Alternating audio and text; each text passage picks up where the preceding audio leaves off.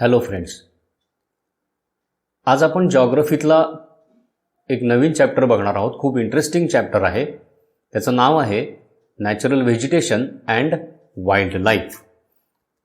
ह्या चॅप्टरमध्ये बेसिकली आपण natural vegetation म्हणजे काय, नंतर त्याचं इम्पॉर्टन्स काय आहे, आपण ते कशाकशासाठी वापरतो, आपल्याला ॲज अ ह्युमन बिईंग किंवा ॲज अ लिव्हिंग थिंग आपल्याला त्याचा युटिलायझेशन काय आहे, त्याच्यानंतर वाईल्ड लाईफ म्हणजे काय, वाईल्ड लाईफचा आपल्यासाठी इम्पॉर्टन्स काय आहे, ह्या गोष्टींचं आपण थोडंसं नॉलेज ह्या चॅप्टरमध्ये घेणार आहोत. All types of plant life grow under natural conditions called natural vegetation. Natural कंडिशनमध्ये, नेचरमध्ये जे काही व्हेजिटेशन असतं किंवा जे झाडं, प्लांट्स जे काही तुम्हाला दिसतात ते सगळं मिळून त्याला आपण काय म्हणतो, नॅचरल व्हेजिटेशन असं म्हणतो. Similar natural conditions give rise to similar natural vegetative zones. आता प्रत्येक ठिकाणी आपल्याला माहिती आहे की नॅचरल कंडिशन्स ह्या चेंज होत असतात, बरोबर आहे ना. आपल्या इथं बघितलं तर आपल्या इथं थोडंसं वॉर्म क्लायमेट असतं. तुम्ही जसं जसं नॉर्थ साईडला जाल तसं तसं कोल्ड क्लायमेट होत जातं, जसं जसं साऊथ साईडला जाल तसं तसं हॉट क्लायमेट होत जातं. तर ह्या क्लायमेटिक कंडिशन्स ज्या असतात किंवा तिथलं रेनफॉल असेल, तिथली अल्टिट्यूड्स असतील, ह्याच्याप्रमाणे काय होतं, तिथलं नॅचरल व्हेजिटेशन आहे ह्याच्यामध्ये तुम्हाला चेंजेस आलेले दिसतात. आणि त्याच्यामुळं काय झालेलं आहे की वेगवेगळे नॅचरल व्हेजिटेटिव्ह झोन्स तयार झालेले आहेत. जसं की तुम्ही खाली पिक्चरमध्ये तुम्हाला दाखवलं आहे, ग्रासलँड असतं, फॉरेस्ट असतात, थिक फॉरेस्ट असतात, बरोबर आहे ना. त्याच्यानंतर जिथं ड्राय झोन असेल, जिथं वॉटर कमी असेल, अशा ठिकाणी आपल्याला डेझर्ट दिसतं. तर हे वेगवेगळे नॅचरल व्हेजिटेटिव्ह झोन्स हे कशामुळे तयार झालेले असतात, तिथल्या नॅचरल कंडिशनमुळे तयार झालेले असतात. Natural vegetation includes different types of plants life like plants, shrubs, wines, scrubs, grasses, mosses और लायकेन्स. आता हे नॅचरल व्हेजिटेशन जे आहे हे काय आहे, नॅचरल व्हेजिटेशनमध्ये तुम्हाला अनेक प्रकारचे वेगवेगळ्या प्रकारचे प्लांट टाईप्स बघायला मिळतात. काय काय असतं त्याच्यात, छोटे मोठे प्लांट्स असतात, हर्ब्स, श्रब्स, ट्रीज, वाईन्स म्हणजे वेली असतात, स्क्रब्स म्हणजे छोटी छोटी झुडपं असतात, ग्रासेस असतात, मॉसेस असतात, लायकेन्स असतात. अनेक प्रकारचे आपल्याला ह्याच्यामध्ये प्लांट व्हरायटी ही नॅचरल व्हेजिटेशनमध्ये बघायला मिळते. नंतर वाईल्ड लाईफ म्हणजे काय, wild life refers to all non domesticated animals. म्हणजे काय, तर आपण बरेचसे ॲनिमल्स डोमेस्टिकेटेड करतो, पाळतो आपण, कुत्रा, घोडा, गाढव किंवा इतर आणखीन काही प्राणी पक्षी आपण पाळत असतो, आपल्या घरात ठेवत असतो, पेट्स बनवत असतो त्यांना. तर ते सोडून नॉन डोमेस्टिकेटेड जे काही ॲनिमल्स आहेत, बर्ड्स आहेत, इन्सेक्ट्स आहेत, हे सगळं काय आहे, that is old wild life. मग त्याच्यामध्ये काय काय येतं, इन्सेक्ट्स येतात, बर्ड्स येतात, marine life, micro organisms that live in natural environment. Natural एन्व्हायरमेंटमध्ये राहणारे सगळे ॲनिमल्स जे कोणी आहेत ते सगळे काय म्हणतो आपण, वाईल्ड लाईफ असं म्हणतो. This natural environment is called their habitat. आणि ते ज्या नॅचरल एन्व्हायरमेंटमध्ये राहत असतात त्याला त्यांचा हॅबिटॅट असं म्हणलं जातं. Natural vegetation and wild life are important resources. आपल्यासाठी आपण जे नॅचरल रिसोर्सेस जे स्टडी केलेले आहेत जॉग्रफीमध्ये, त्याच्यामध्ये नॅचरल व्हेजिटेशन आणि वाईल्ड लाईफ हे खूप इम्पॉर्टंट आपल्यासाठीचे रिसोर्स आहेत. From plants we get timber, oxygen, fruits, vegetables, medicines etcetera. बघा, आपल्याला प्लांट्सपासून बऱ्याचशा गोष्टी मिळत असतात. इथं शेजारच्या पिक्चरमध्ये मी काही त्यातल्या दाखवलेल्या पण आहेत. बघा, आपण त्याच्यापासून आपल्याला टिंबर मिळतं जे आपण कन्स्ट्रक्शनसाठी यूज करत असतो. हे डिटेलमध्ये आपण पुढं पण बघणार आहोत. त्याच्यानंतर ऑक्सिजन मेन सगळ्यात महत्त्वाचं. Forests are called lungs of the earth, बरोबर आहे ना. त्याच्यानंतर फ्रूट्स, व्हेजिटेबल्स, मेडिसिनल प्लांट्स काही आहेत, बऱ्याच गोष्टी मिळत असतात. Plants prevent soil erosion, facilitates underground water seepages etcetera. प्लांट्सचं आणखीन काय काम आहे नेचरमध्ये, सॉइल इरोजन जे होत असतं ते थांबवण्याचं काम हे प्लांट्स करत असतात. त्याच्याबरोबरच अंडरग्राउंड वॉटरचं जे सीपेज होत असतं हे सुद्धा फॅसिलिटेट करण्याचं काम हे प्लांट्स करत असतात. From animals we get food, fur, wool, meat, eggs, honey etcetera. ॲनिमल्सपासून आपल्याला काय काय मिळतं, ॲनिमल्सपासून सुद्धा आपल्याला बरेचसे प्रॉडक्ट्स आपल्याला मिळत असतात. तिथं पण मी काही पिक्चरमध्ये तुम्हाला दाखवलेले आहेत. बघा, फूड मिळतं ॲनिमलपासून, आपण मिल्क, मीट, एग्ज हे सगळं फूड ॲनिमलपासून मिळतं. फर मिळते, वूल मिळते आपल्याला त्याच्यापासून. त्याच्यानंतर आपण हाईड म्हणजे त्यांची जे लेदर असतं त्याच्यापासून आपण बऱ्याचशा वस्तू तयार करून वापरत असतो. तिथं मी काही पिक्चर्स कोपऱ्यामध्ये दाखवलेले आहेत. बघा, हँडबॅग्स आहेत, कॅप्स आहेत, आपले जॅकेट्स असतात, बऱ्याचशा गोष्टी बेल्ट असतात, बऱ्याचशा गोष्टी आपण त्याच्यापासून बनवत असतो. Insects and birds such as honeybee and vulture help in pollination and decomposition. इन्सेक्ट्ससुद्धा आपल्याला खूप मदत करत असतात. बेसिकली पॉलिनेशन हा जो प्रकार आहे तो इन्सेक्ट्स आणि बर्ड्समार्फत केला जातो. त्याच्यानंतर व्हल्चर्ससारखे जे बर्ड्स आहेत ते आपल्याला डिकम्पोजिशनमध्ये मदत करत असतात किंवा स्कॅव्हेंजर्स आहेत ते, आणि ते अर्थ किंवा आपलं एन्व्हायरमेंट जे आहे, नेचर जे आहे हे क्लीन ठेवण्याचं काम हे व्हल्चर्स करत असतात. Natural vegetation and wild life are found in a narrow contact zone of lithosphere, hydrosphere and atmosphere is called biosphere. इथं खाली मी एक डायग्रॅम दाखवलेली आहे बघा. हे नॅचरल व्हेजिटेशन आणि हे वाईल्ड लाईफ जे आहे 3 प्रकारचे स्फिअर्स आपण बघितलेले तुम्हाला माहिती आहे. लिथोस्फिअर म्हणजे whatever land is available, hydrosphere whatever water is available on earth, आणि ॲटमॉस्फिअर एअर अवेलेबल ऑन अर्थ. हे तिन्ही जे स्फिअर्स आहेत ह्या तिन्ही स्फिअरमध्ये जो एक कॉमन झोन तयार होतो ज्याच्यामध्ये तुम्हाला हे सगळं व्हेजिटेशन किंवा लाईफ फॉर्म सापडतात त्याला काय म्हटलं जातं, बायोस्फिअर असं म्हटलं जातं. शेजारच्या डायग्रॅममध्ये दाखवलेले बघा, ॲटमॉस्फिअर आहे, हायड्रोस्फिअर आहे, लिथोस्फिअर आहे. त्या सगळ्यांच्या मध्ये तुम्हाला प्रत्येक ठिकाणी लाईफ दिसते. एअरमध्ये लाईफ आहे, वॉटरमध्ये आहे, लिथोस्फिअरमध्ये आहे, ग्राउंडमध्ये आहे, लँडवरती आहे. हे सगळं मिळून त्याचा बायोस्फिअर तयार झालेला असतो. All organisms interact with one another and with their physical environment through various systems. आता हे जे सगळे ऑर्गॅनिझम्स या बायोस्फिअरमध्ये राहत असतात हे ऑर्गॅनिझम्स एकमेकांशी इंटरॅक्ट करत असतात. आपण हे इकोसिस्टीममध्ये पाहिलेलं आहे.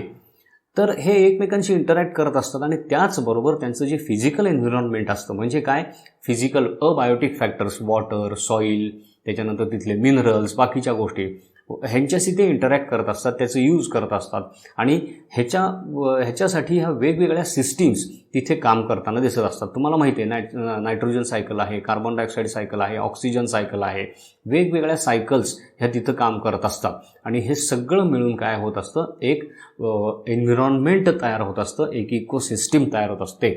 दे transfer energy from one trophic level to another via food chain. आता तसंच अर्थवरती जी एनर्जी ट्रान्सफर होती हे सुद्धा आपण बघितलं, जस्ट फक्त इथं रेफरन्सेस आलेले आहेत त्याचे.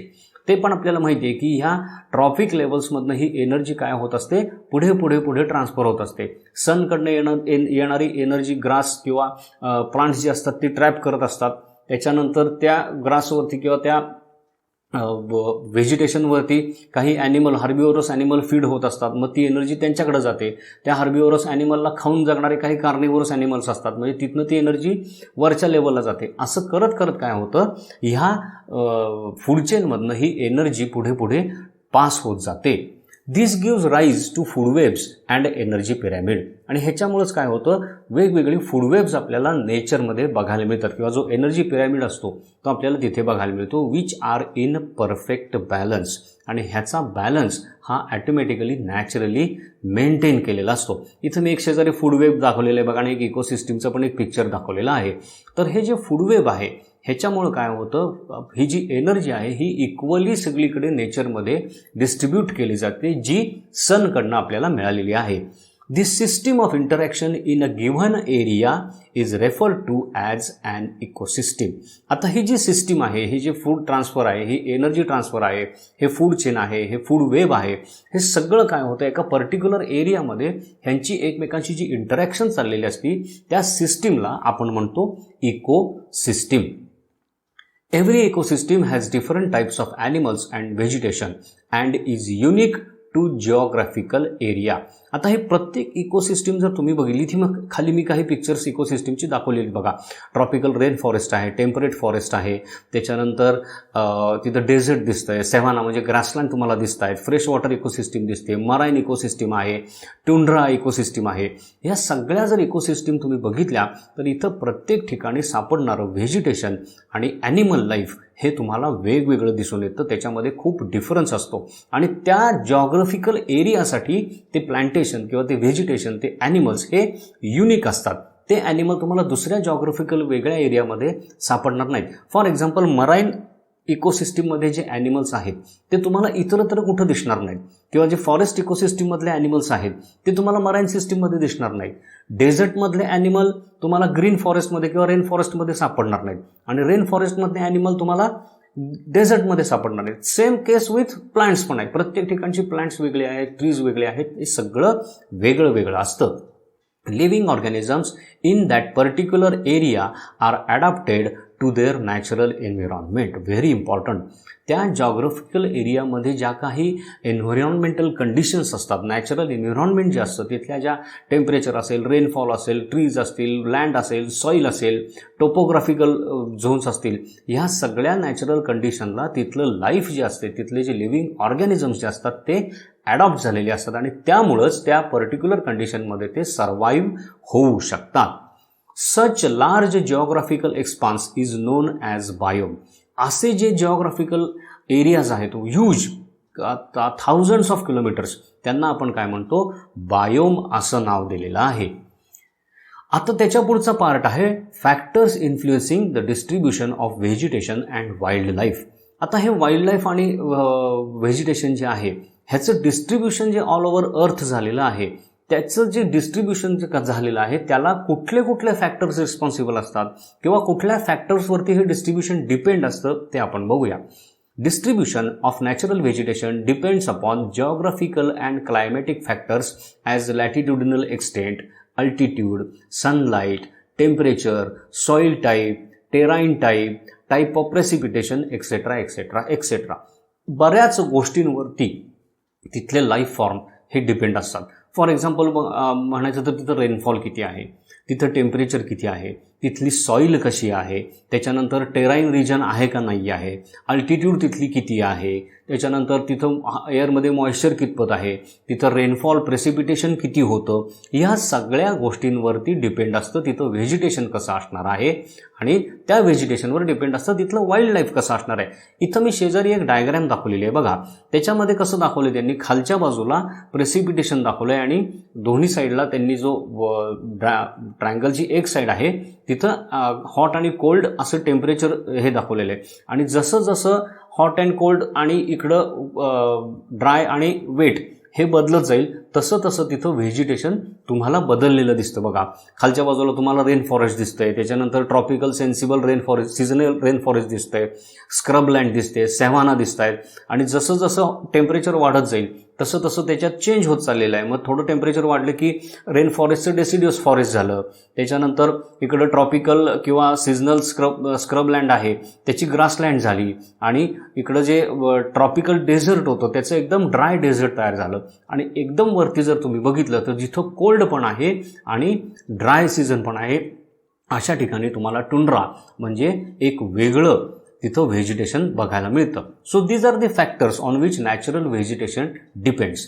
Climate causes particular type of natural vegetation to develop. तिथलं जे क्लायमॅट असतं, रेनफॉल किती आहे, टेम्परेचर किती आहे, ह्याच्यामुळं तिथलं एका त्या एरियामधलं नॅचरल व्हेजिटेशन हे एका पर्टिक्युलर स्पेसिफिक कॅरेक्टरिस्टिक्सचं तुम्हाला बघायला मिळतं. Based on relief and climatic factors natural vegetation categorized as forest, grassland, scrubs and tundra. आता तिथलं जे रिलीफ म्हणजे लँड फॉर्म कसे आहेत, त्याच्यानंतर क्लायमॅटिक फॅक्टर्स कुठले कुठले आहेत, ह्याच्यावरती नॅचरल व्हेजिटेशनचे आपण 4 प्रकार कॅटेगरीज करतो.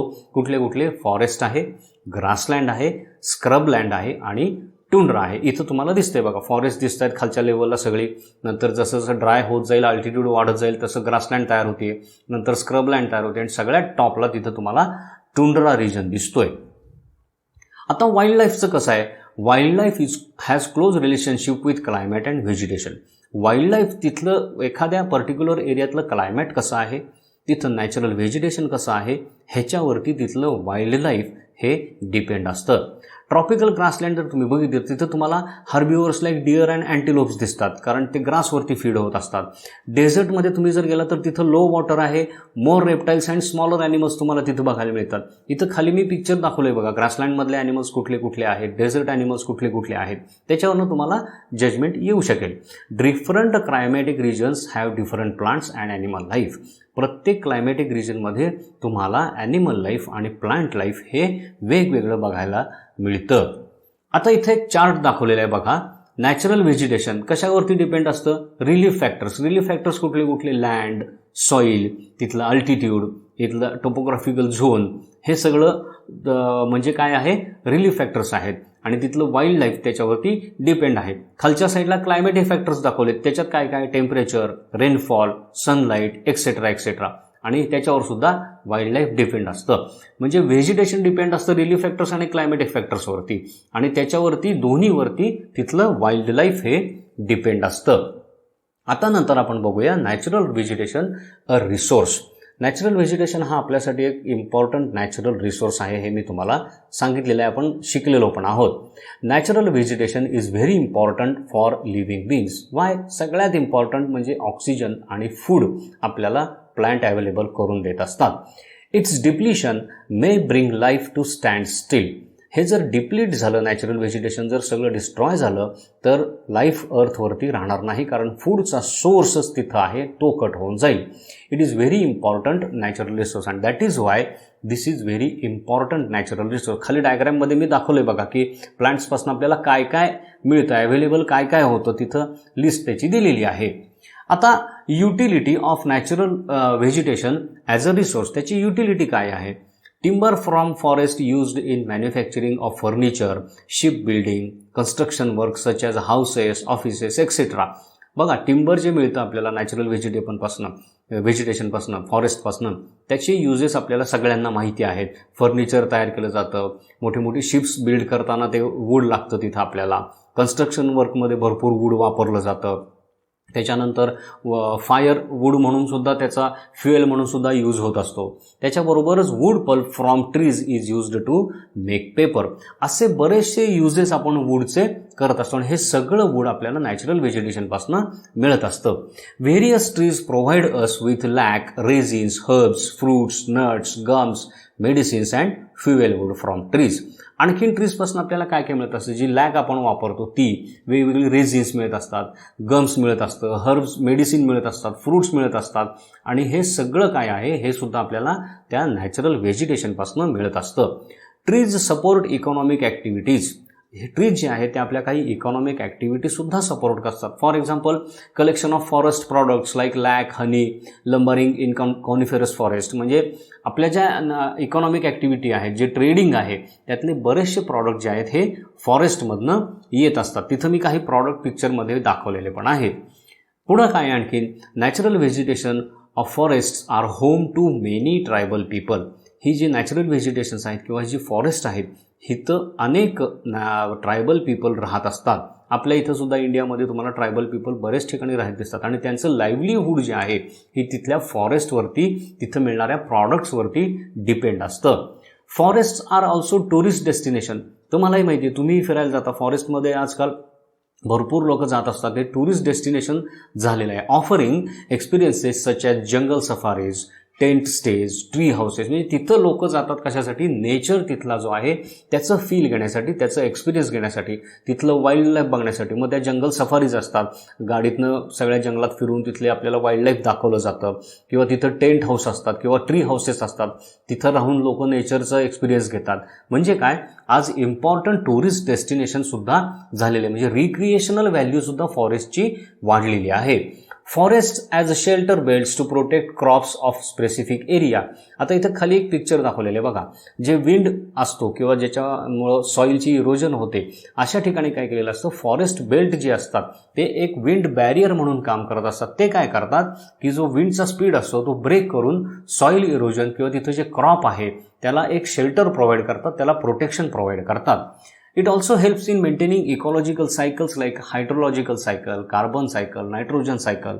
फॉरेस्टमध्ये जर तुम्ही गेलात तर तिथं तुम्हाला ह्या सगळ्या सायकल अतिशय व्यवस्थितपणे मेंटेन झालेल्या दिसतात. On the other hand, forest त्या सायकल प्रॉपरली मेंटेन करत असतं. It also helps in absorbing carbon dioxide and maintaining oxygen level. हे तर तुम्हाला माहितीच आहे. प्लांट्स काय करतात, कार्बन डायऑक्साईड घेतात, फोटोसिंथेसिस करतात, आणि ऑक्सिजन पुन्हा एअरमध्ये, ॲटमॉस्फिअरमध्ये रिलीज करतात. आणि ह्याच्यामुळं काय होतं, ॲटमॉस्फिअरमधला कार्बन डायऑक्साईड आणि ऑक्सिजनची लेवल किंवा तो बॅलन्स जो आहे हा मेंटेन व्हायला मदत होते. आता हे झालं अबाउट द युटिलिटी. आता तुम्ही बघताय की नॅचरल व्हेजिटेशनचं मोठ्या प्रमाणात डिग्रेडेशन चालू आहे. ते काय आहे ते आपण बघूया. त्याच्यातला पहिला फॅक्टर आहे deforestation. Deforestation is most important factor of reduction of forest cover. आपण जे ट्रीज कट करतोय किंवा फॉरेस्ट एरिया जे क्लिअर करत चाललेलो आहे त्याच्यामुळे फॉरेस्ट कव्हर हळूहळू कमी होत चाललेलं आहे.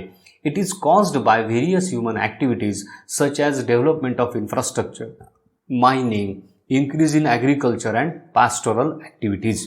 जास्त करून आपल्या बेनिफिटसाठी आपण काय करत असतो, आपल्याला जी लँड लागते, ओपन लँड जी लागते युटिलाइज करायला वेगवेगळ्या कारणांसाठी, मायनिंग असेल, काही इन्फ्रास्ट्रक्चर उभं करायचं असेल, रोड बिल्डिंग असेल, कन्स्ट्रक्शन असेल, ह्या सगळ्यासाठी आपण काय करत असतो, ती फॉरेस्ट लँड क्लिअर करत असतो, तिथले ट्रीज कट करत असतो आणि ती ओपन कन्व्हर्ट करून आपण आपल्यासाठी यूज करत असतो. तसंच पॅस्टोरल ॲक्टिव्हिटीजसुद्धा ज्या आहेत, म्हणजे जिथं मोठ्या प्रमाणात ॲनिमल हजबंडरीचा बिझनेस आहे अशा ठिकाणी हे ॲनिमल्स जे आहेत त्यांच्यासाठी पॅस्टोरल ॲक्टिव्हिटीज तिथं केल्या जातात.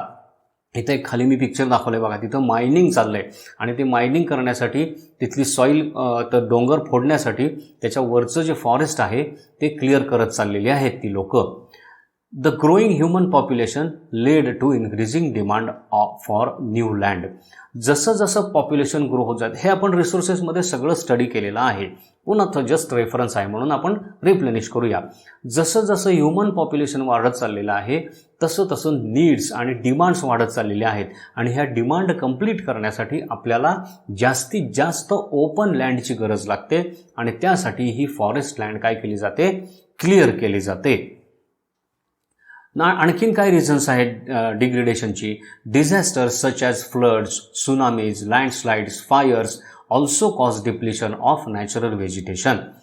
फ्लड्स येतात मोठे मोठे, ते काय करतात, सगळंच्या सगळं जंगल त्याच्यामध्ये वाहून जातं, ट्रीज वाहून जातात. सुनामी येते, सुनामीमध्ये सुद्धा बरंचसं व्हेजिटेशन डिस्ट्रॉय केलं जातं. लँडस्लाइड्स होतात, त्याच्यामुळं व्हेजिटेशन तिथलं डिस्ट्रॉय होतं. त्याच्यानंतर फॉरेस्ट फायर्स आहेत.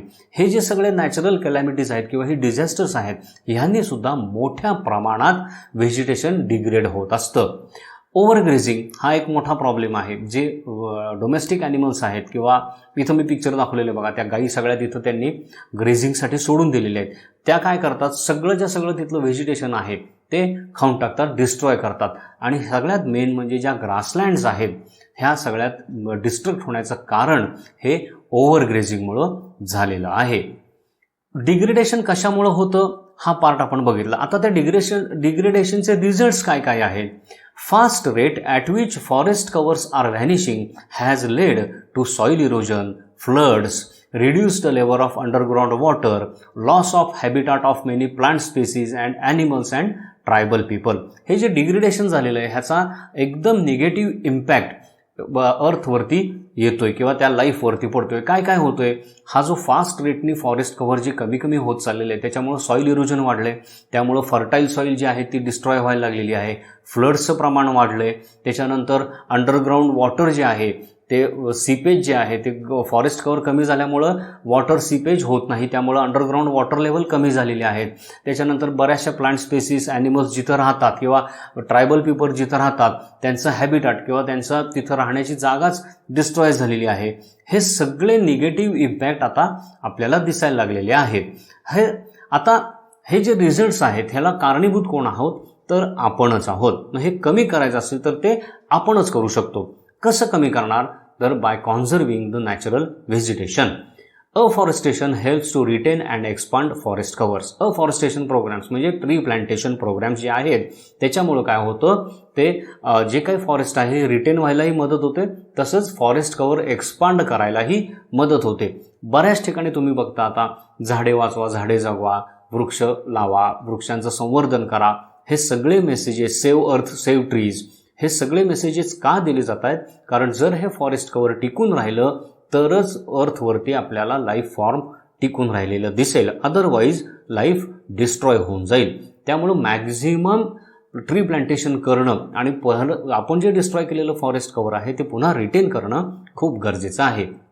त्याच्यानंतर बरेचसे अवेअरनेस प्रोग्राम्स असतात, वन महोत्सव असतो, wild life week, social forestry at local and regional levels to increase the forest. Regional लेवलला, लोकल लेवलला बरेचसे असे अवेअरनेस प्रोग्राम्स आता गव्हर्नमेंट किंवा काही NGOज करतात की ज्याच्यातनं फॉरेस्ट्री किंवा अफॉरेस्ट्रेशन हे वाढवलं जातं आहे, ट्रीज सेव्ह केले जातात, प्लांटेशन कव्हर वाढवलं जातं आहे.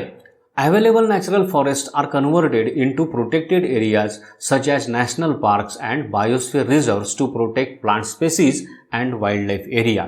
आता जे काही फॉरेस्ट कव्हर जे शिल्लक आहे त्याला आता प्रोटेक्शन दिलं जातंय. त्याच्यासाठी नॅशनल पार्क्स डिक्लेअर केले जातात, बायोस्फिअर रिझर्व्स डिक्लेअर केले जातात आणि तिथलं ज्या प्लांट स्पेसीज आहे, तिथले जे ॲनिमल किंवा वाईल्ड लाईफ आहे त्याला प्रोटेक्ट केलं जातं. मग इथं अतिशय कडक नियम असतात. त्या एरियात कोणी जायचं नाही, तिथलं ट्रीचं कटिंग करायचं नाही, तिथल्या वाईल्ड ॲनिमल्सना वाईल्ड लाईफला डिस्टर्ब करायचं नाही. अशा प्रकारे सुद्धा ह्याला आता प्रोटेक्शन मिळायला लागलेलं आहे. त्याच्यानंतर alertness among human being to avoid forest fires caused due to their negligence. जर तुम्ही ह्या फॉरेस्ट एरियामध्ये गेलात किंवा रुरल एरियामध्ये गेलात तर तिथं काही वर्षापूर्वी ही प्रॅक्टिस होती की तिथलं जे गवत असेल किंवा जे फॉरेस्ट लँड असेल ती पेटवून द्यायची. का तर त्याच्यामुळं म्हणे क्रॉप्स चांगली येतात.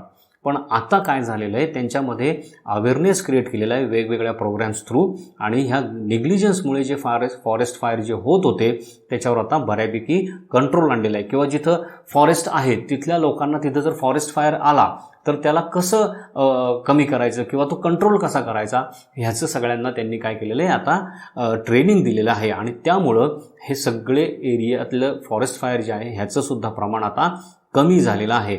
फॉरेस्ट डिपार्टमेंट जे आहे आपलं इंडियन ह्याचं गव्हर्नमेंटचं ते सुद्धा ह्याच्यामध्ये खूप चांगल्या प्रकारे काम करतं आहे. So this is about natural vegetation. आता आपण वळूया wild life as a resource. मग ह्याची युटिलिटी काय काय आहे. Animals gives us various products such as meat, hide, wool, milk, honey. मग असे सुद्धा आपण बघितलं ॲनिमल्सपासून आपल्याला म्हणजे वाईल्ड ॲनिमल्सपासून सुद्धा आपल्याला अनेक प्रॉडक्ट्स वेगवेगळे मिळत असतात. वूल मिळते, मीट मिळतं, लेदर मिळत असतं, मिल्क, हनी, त्याच्यानंतर बाकीच्या गोष्टीसुद्धा आपल्याला त्याच्यापासून मिळत असतात. इथं मी काही पिक्चर्स दाखवले आहेत. सगळ्यात इम्पॉर्टंट नॅचरल हॅबिटॅटमधले जे इन्सेक्ट्स आहेत किंवा जे बर्ड्स आहेत हे सगळ्यात महत्त्वाचं काम करत असतात पॉलिनेशनचं. They help us in pollination. कारण पॉलिनेशन जर नाही झालं तर आपल्याला फ्रूट्स म्हणा किंवा हे जे क्रॉप्सचे ग्रोथ होते हे काहीच मिळणार नाही. कारण त्याच्यासाठी पॉलिनेशन हे खूप गरजेचं आहे. Animals are important part of food chain. Food चेनमधला सगळ्यात इम्पॉर्टंट पार्ट हे ॲनिमल्स आहेत. The herbivores feed on plants. Herbivores काय करतात, प्लांट्सवरती फीड होतात, प्लांट्स ते फूड म्हणून कंझ्युम करतात. Omnivores feed on both plants and other animals or insects. Omnivorous animals जे आहेत ते काय करतात, प्लांट पण खातात, तसंच काही हार्बिव्होरस ॲनिमल्स किंवा इन्सेक्ट पण खात असतात. आणि carnivores feed on herbivores as well as omnivores. आणि कार्निव्होर्स ॲनिमल्स जे आहेत ते हार्बिव्होर्स आणि ऑम्निव्होर्स दोन्हीवरती फिडिंग त्यांचं होत असतं. इथे एक फूड चेन दाखवलेली आहे बघा. प्रोड्युसर्स म्हणजे प्लांट्स आहेत, ते सन आणि वॉटरपासून एनर्जी ट्रॅप करून फूड तयार करतात. त्याच्यानंतर प्रायमरी कन्झ्युमर्स म्हणजे हार्बिव्होर्स त्याच्यावर फीड होतात. नंतर सेकंडरी कन्झ्युमर्स म्हणजे ऑम्निव्होर्स त्याच्यावर फीड होतात. नंतर टर्शरी कन्झ्युमर्स, कार्निव्होर्स आणि फायनली सगळे ज्यावेळी डेथ होते हे जे लिव्हिंग फॉर्म्स त्यांचं डिकम्पोजिशन होतं. When animals die, vultures acts like scavengers and feed on dead livestock and clean environment. ज्यावेळी एखादा ॲनिमलची डेथ होते नेचरमध्ये त्यावेळी हे जे वल्चर्स असतात ते काय करतात, हे स्कॅव्हेंजर्स म्हणून काम करतात. ते त्या डेड ॲनिमलवरती स्वतःचं फीडिंग करतात आणि एन्व्हायरमेंट क्लीन ठेवण्याचं काम करतात. Their remains get mixed into earth and form food for plants. नंतर तुम्हाला माहिती आहे तसं एखाद्या ॲनिमलचं रिमेन तिथं असेल किंवा प्लांटचं रिमेन असेल तर ते डिकम्पोज होतं. डिकम्पोजिशनमध्ये त्यातले न्यूट्रिएंट्स पुन्हा फ्री होतात आणि ते सॉईलमध्ये मिक्स होऊन फूड म्हणून ते प्लांटला पुन्हा अवेलेबल केले जातात. दिस कम्प्लीट्स द सायकल. आणि ज्यावेळी हे डिस्ट्रक्शन केलं जातं बाय व्हल्चर्स ऑर बाय डिकम्पोजर्स त्यावेळी ही सायकल जी आहे फूड चेनमधली ही कंप्लीट होते. तिथं खाली एक मी तुम्हाला फूड चेनचं डिटेल्ड एक पिक्चर दाखवलेलं आहे बघा. त्याच्यात तुम्हाला प्रोड्युसर्स दिसत आहेत, प्रायमरी कन्झ्युमर्स आहेत, सेकंडरी कन्झ्युमर्स आहेत, स्कॅव्हेंजर्स आहेत, त्याच्यानंतर डेट्रिटिव्होरस आहेत म्हणजे जे डिकम्पोजिशन करणारे प्लांट्स आहेत, आणि डिकम्पोजर्स म्हणजे मायक्रो ऑर्गॅनिझम्स पण तिथं तुम्हाला दिसत आहेत. Various food chains in ecosystem and many ecosystems in biome. जर तुम्ही नेचरमध्ये बघितलं तर तुम्हाला ह्या पिक्चरमध्ये दिसत आहेत अशा अनेक फूड चेन्स तुम्हाला एकमेकात एन्टँगल्ड झालेल्या दिसतील आणि त्याच्यापासून इकोसिस्टीम तयार झालेली असते आणि अनेक इकोसिस्टीम एकत्र येऊन ही बायोम्स तयार झालेली असते आणि अनेक बायोम्सचा मिळून आपला बायोस्फिअर तयार झालेला आहे. So each and every component in ecosystem biotic as well as abiotic is very very important. आता हे वाईल्ड लाईफचं जे डिग्रेडेशन होतं आहे, हे डिग्रेडेशन कसं होत आहे? Loss of forest cover, loss of habitat of wild life. Forest cover जसं जसं लॉस होत चाललेलं आहे तसं तसं ह्या वाईल्ड लाईफचा जो हॅबिटॅट आहे, त्यांची राहण्याची जी जागा आहे ती सुद्धा काय होत चाललेली आहे? डिग्रेड होत चाललेली आहे, कमी कमी होत चाललेली आहे. आपण बरेच एक्झाम्पल्स ऐकतो आता. वाईल्ड ॲनिमल्स जे आहेत ते अर्बन एरियामध्ये किंवा सिटी एरियामध्ये येतात किंवा व्हिलेजेसमध्ये येतात. का? कारण त्यांचा जो हॅबिटॅट आहे, जिथं त्यांना त्यांचं फूड मिळतं, जिथं ते राहतात, तो आपण डिस्ट्रॉय करून टाकल्यामुळं फूडसाठी, त्यांना राहण्यासाठी ते काय होत आहेत आता? ह्या ह्युमन सेटलमेंट्समध्ये यायला लागलेले आहेत. Also climatic changes also altered number of wild life species of specific region. काही ठिकाणचं क्लायमेट चेंजेस आता व्हायला लागलेले आहेत, तुम्हालाही माहिती आहे. ग्लोबल क्लायमेटिक चेंजेस जे होत आहेत त्यामुळं बऱ्याचशा ह्यांच्या हॅबिटॅट्समध्ये सुद्धा चेंजेस व्हायला लागलेले आहेत. पोलार रिजनवरचं आईस मेल्ट व्हायला लागलेलं आहे. तिथे एक पोलार बिअर दिसतंय बघा तुम्हाला. आता ते आईस तिथलं मेल्ट झाल्यामुळं त्याचं तिथं जे फूड होतं किंवा त्याचा जो शेल्टर होता तो डिस्ट्रॉय व्हायला लागलेला आहे आणि हळूहळू ही पोलार बिअर आता कमी व्हायला लागलेली आहे. किंवा जे रेन फॉरेस्ट होती ती कट झाल्यामुळे तिथले ज्या काही स्पेसिफिक ज्या एप्सच्या किंवा मंकीच्या ज्या स्पेसीज होत्या त्या आता त्यांचा हॅबिटॅट डिस्ट्रॉय व्हायला लागलेलं आहे. किंवा आपल्या इथं बघितलं तर एलिफंट्सचं डिस्ट्रॉय व्हायला लागलेलं, त्यांचं फूड कमी व्हायला लागलेलं आहे. तर अशा प्रकारे सुद्धा काय होतं आहे? क्लायमेटिक चेंजेसमुळे सुद्धा बरंचसं वाईल्ड लाईफ आता डिस्टर्ब व्हायला लागलेले आहे. नंतरचं रिझन काय आहे? Illegal hunting and poaching for skin, teeth, nails, horn etc. has rendered many animals into endangered category and have forced many species to verge of extinction. Illegal hunting किंवा poaching जे होतं, poaching म्हणजे काय? तर ॲनिमल्सच्या बॉडीचे काही पर्टिक्युलर पार्ट जे आहे त्याला वर्ल्डमध्ये प्रचंड मोठ्या प्रमाणात डिमांड आहे. वाघाची नखं असतील, रिनोचं नाकावरचं शिंग असेल किंवा एलिफंटचे टस्क असतील किंवा काही पर्टिक्युलर ॲनिमल्सची हाईड, स्किन जी आहे त्याला वर्ल्ड ओव्हर प्रचंड डिमांड आहे आणि त्यासाठी इलिगली ह्या ॲनिमल्सचं हंटिंग केलं जातं. मी इथं काही पिक्चर्स दाखवलेले आहेत बघा. ते टायगर स्किनसाठी टायगर मारला जातो किंवा टस्कसाठी एलिफंट्स मारले जातात, रिनोचं हॉर्न काढून घेतलं जातं. तर अशा प्रकारे हे जे पोचिंग होतं आहे ह्याच्यामुळं काय झालेलं आहे? बऱ्याचशा ॲनिमल कॅटेगरीज ह्या एनडेंजर्ड झालेल्या आहेत. म्हणजे आता त्यांचं अर्थवरचं एक्झिस्टन्स आहे हाच नष्ट होण्याचा धोका निर्माण झालेला आहे आणि बऱ्याचशा स्पेसीज आता एक्सटिंक्ट होण्याच्या वर्जवरती आहेत. म्हणजे त्यातले एकदम नंबरनी कमी ॲनिमल्स आता अर्थवरती शिल्लक राहिलेले आहेत. आता हे डिग्रेडेशनचे रिझल्ट काय काय मिळतात आपल्याला वाईल्ड लाईफ डिग्रेडेशनचे? A species become extinct when last of its kind dies due to environmental changes and human activity. एखादी स्पेसीज, ॲनिमल स्पेसीज एक्सटिंक्ट केव्हा होते? तर ज्यावेळी त्यातल्या शेवटचा ॲनिमल जो आहे त्या प्रकारचा शेवटचा ॲनिमल ज्यावेळी डाय होतो त्यावेळी ती स्पेसीज आपण काय म्हणतो? एक्सटिंक्ट झाली. आता त्याच्यानंतर एकही त्या स्पेसीजमधला पर्टिक्युलर ॲनिमल आपल्याला अर्थवरती सापडत नाही. मग हे कशामुळे होतं? तर एन्व्हायरमेंटल चेंजेस, ह्युमन ॲक्टिव्हिटीज ह्याच्यामुळं काय होतं? हे स्पेसीज काय होत आहेत? डिस्ट्रॉय व्हायला लागलेले आहेत. There are many species that doesn't exist on earth today. बऱ्याचशा स्पेसीज आज अर्थवरती एक्झिस्ट नाही आहेत. मग डायनॉसॉर्स वगैरे तर केव्हाच डिस्ट्रॉय झालेले आहेत, पण आत्ताचे म्हणजे आफ्टर ह्युमन ग्रोथ काही एक्झाम्पल्स इथं खाली मी पिक्चरमध्ये दाखवलेले आहेत बघा. पिंक हेडेड डक आहे किंवा इंडियन चीता आहे. ह्यांचं काय झालं? इतक्या प्रचंड प्रमाणात हंटिंग झालं की आज त्याच्यातला एकही ॲनिमल अर्थवरती शिल्लक नाही. They are totally destroyed, they are totally extincted from the अर्थ.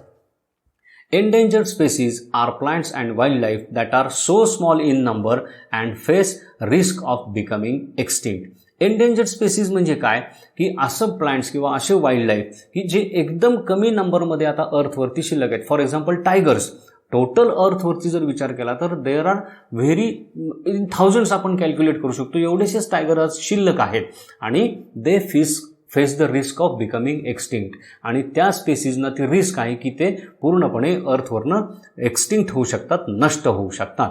99% of endangered species face risk of extinction because of human activity.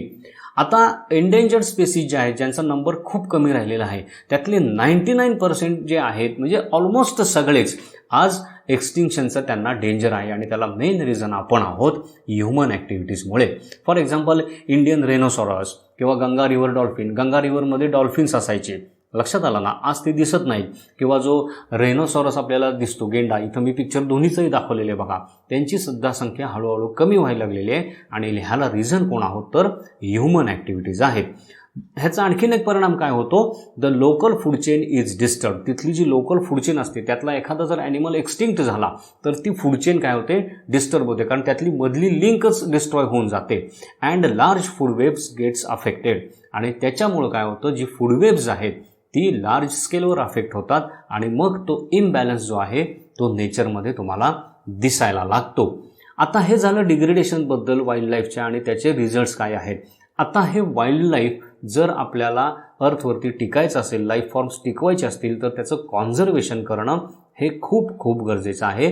Conservation of wild life ह्याच्यासाठी काय काय स्टेप्स घेतलेले आहेत तर सगळ्यात पहिल्यांदा महत्त्वाचं म्हणजे इंडियाने एक वाईल्ड लाईफ प्रोटेक्शन ॲक्ट 1972 मध्ये पास केलेला होता. The Wildlife Protection Act 1972 are made to protect various endangered animals such as tiger, lion, black buck, elephant. आता हा जो वाईल्ड लाईफ प्रोटेक्शन ॲक्ट जो आहे हा 1972 मध्ये इंडियन गव्हर्नमेंटने पास केला आणि त्याच्यामध्ये हे सगळे जे एंडेंजर्ड स्पेसीज आहेत ह्यांना त्यांनी प्रोटेक्शन दिलं. म्हणजे त्यांच्यासाठी कडक कायदे केले की ह्यांचं जर हंटिंग केलं कोणी तर त्याच्यासाठी त्यांना पनिशमेंट किंवा इतर काही गोष्टींनी त्यांना त्याच्यापासून लांब ठेवलं जातं. Project Tiger, Project Elephant have been undertaken to protect these endangered species in their natural habitat. वेगवेगळे प्रोजेक्ट्स आता गव्हर्नमेंट वाईल्ड लाईफचे प्रोजेक्ट्स राबवतं. एखादे एंडेंजर्ड स्पेसीज असेल ते एखाद्या पर्टिक्युलर एरियामध्ये जर सापडत असेल तर तिथं त्यांना पूर्ण प्रोटेक्शन दिलं जातं.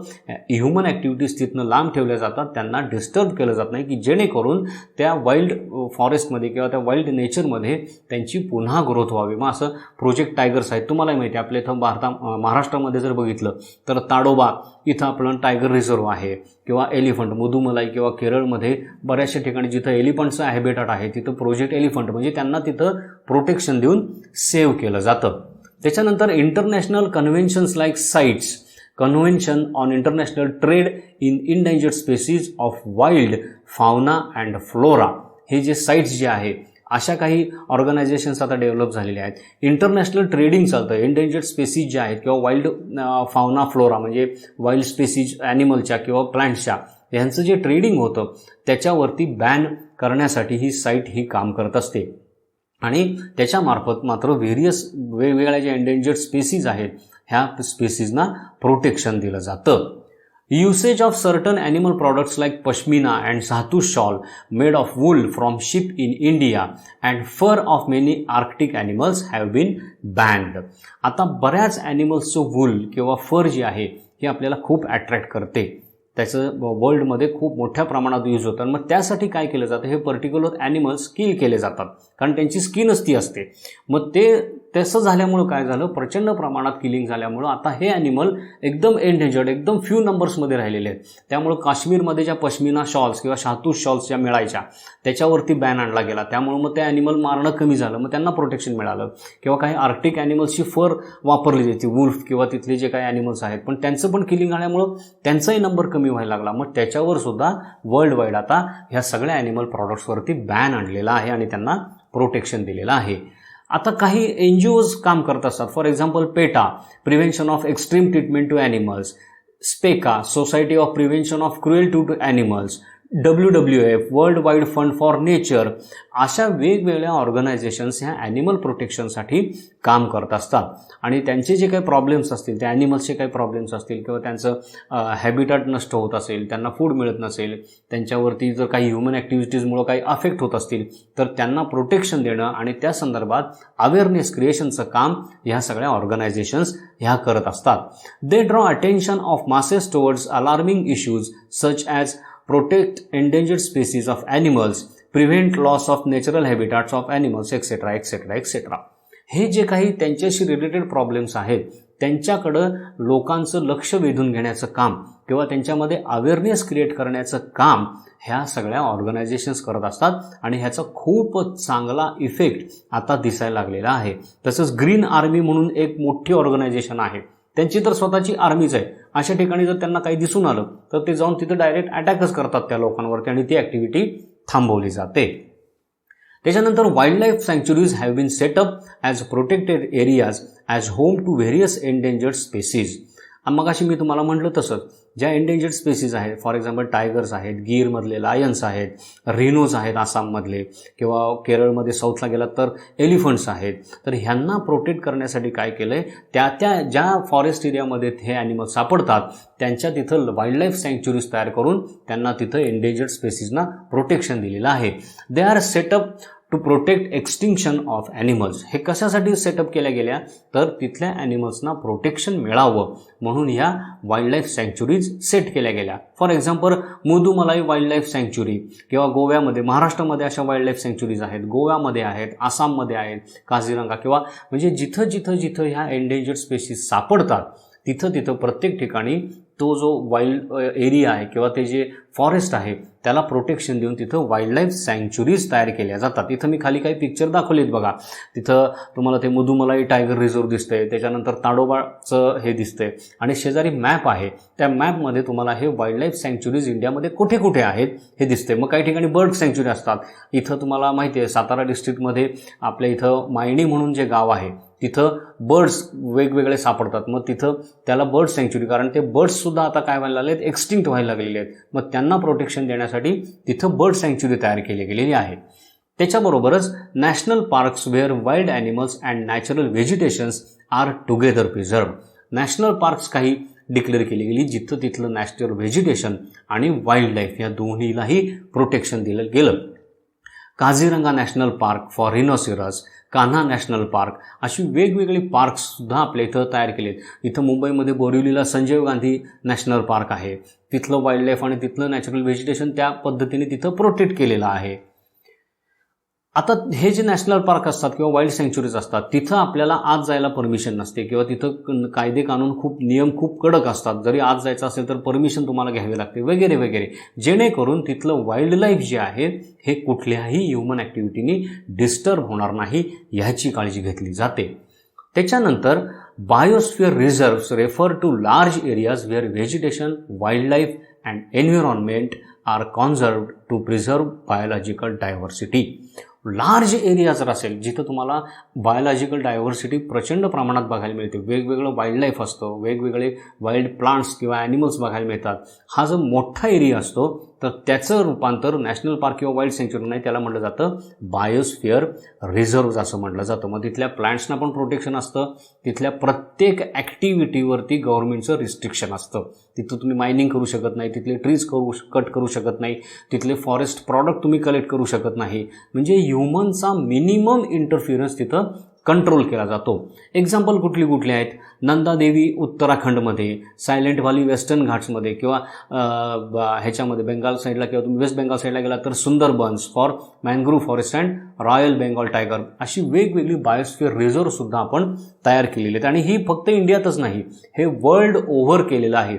ह्यातल्या काही साईट्स तर आता हे जे आपण काझीरंगा जे बघितलं आपण ते तर वर्ल्ड हेरिटेज साईट म्हणून त्यांनी डिक्लेअर केलेली आहे. अनेक बायोस्फिअर रिझर्व्ज आता वर्ल्ड हेरिटेज साईट म्हणून डिक्लेअर केलेले आहेत. त्यामुळं काय होतं, कारण हे बघा हा फक्त इंडियाशी रिलेटेड क्वेश्चन नाही आहे, तर हा वर्ल्डशी रिलेटेड, अर्थशी रिलेटेड क्वेश्चन आहे. त्यामुळे ह्या सगळ्या कंट्रीज एकत्र येतात आणि त्याच्यावरती काम करत असतात. इव्हन आपलं जे युनेस्को आहे त्याचीसुद्धा एक बॉडी आहे की जी ह्याच्यावरती काम करत असते.